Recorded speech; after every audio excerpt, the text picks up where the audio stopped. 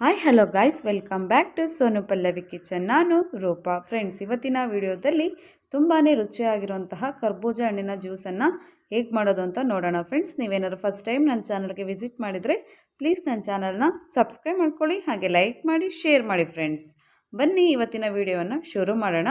ಮೊದಲಿಗೆ ನಾನಿಲ್ಲಿ ಒಂದು ಕರ್ಬೂಜ ಹಣ್ಣನ್ನು ತಗೊಂಡಿದ್ದೀನಿ. ಅದನ್ನು 2 ಭಾಗಗಳಾಗಿ ಕಟ್ ಮಾಡ್ಕೊಂಡಿದ್ದೀನಿ.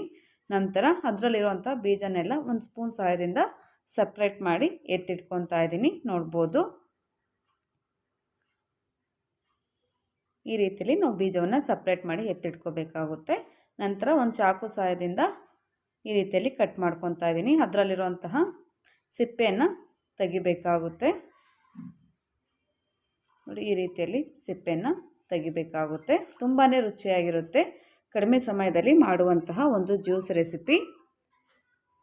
ಈ ರೀತಿ ಚಿಕ್ಕ ಚಿಕ್ಕ ಪೀಸಾಗಿ ಕಟ್ ಮಾಡ್ಕೊತಾ ಇದ್ದೀನಿ. ಒಂದು ಬೌಲ್ಗೆ ಸೇರಿಸ್ಕೊತಾ ಇದ್ದೀನಿ. ಇದೇ ರೀತಿ ಬ್ಯಾಲೆನ್ಸ್ ಇರೋದನ್ನೆಲ್ಲ ಕಟ್ ಮಾಡಿಬಿಟ್ಟು ನಾನಿಲ್ಲಿ ಒಂದು ಬೌಲ್ಗೆ ಸೇರಿಸ್ಕೊಂಡಿದ್ದೀನಿ. ನೋಡ್ಬೋದು, ಈಗ ಕಟ್ ಮಾಡಿರೋಂತಹ ಕರ್ಬೂಜ ಹಣ್ಣಿನ ಪೀಸನ್ನು ನಾನಿಲ್ಲಿ ಮಿಕ್ಸಿ ಜಾರ್ಗೆ ಸೇರಿಸ್ಕೊತಾ ಇದ್ದೀನಿ.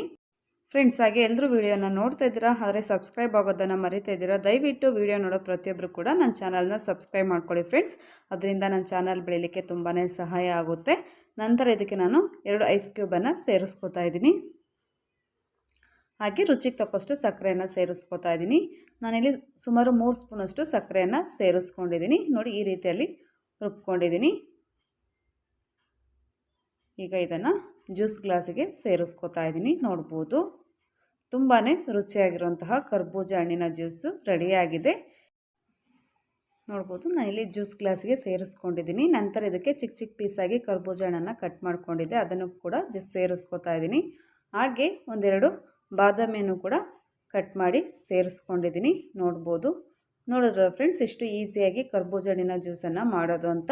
ಇವತ್ತಿನ ವಿಡಿಯೋ ನಿಮಗೆ ಸ್ವಲ್ಪನಾದರೂ ಇಷ್ಟ ಆಗಿದರೆ ಪ್ಲೀಸ್ ನನ್ನ ಚಾನಲ್ನ ಸಬ್ಸ್ಕ್ರೈಬ್ ಮಾಡ್ಕೊಳ್ಳಿ, ಹಾಗೆ ಲೈಕ್ ಮಾಡಿ, ಶೇರ್ ಮಾಡಿ. Friends, thank you for watching.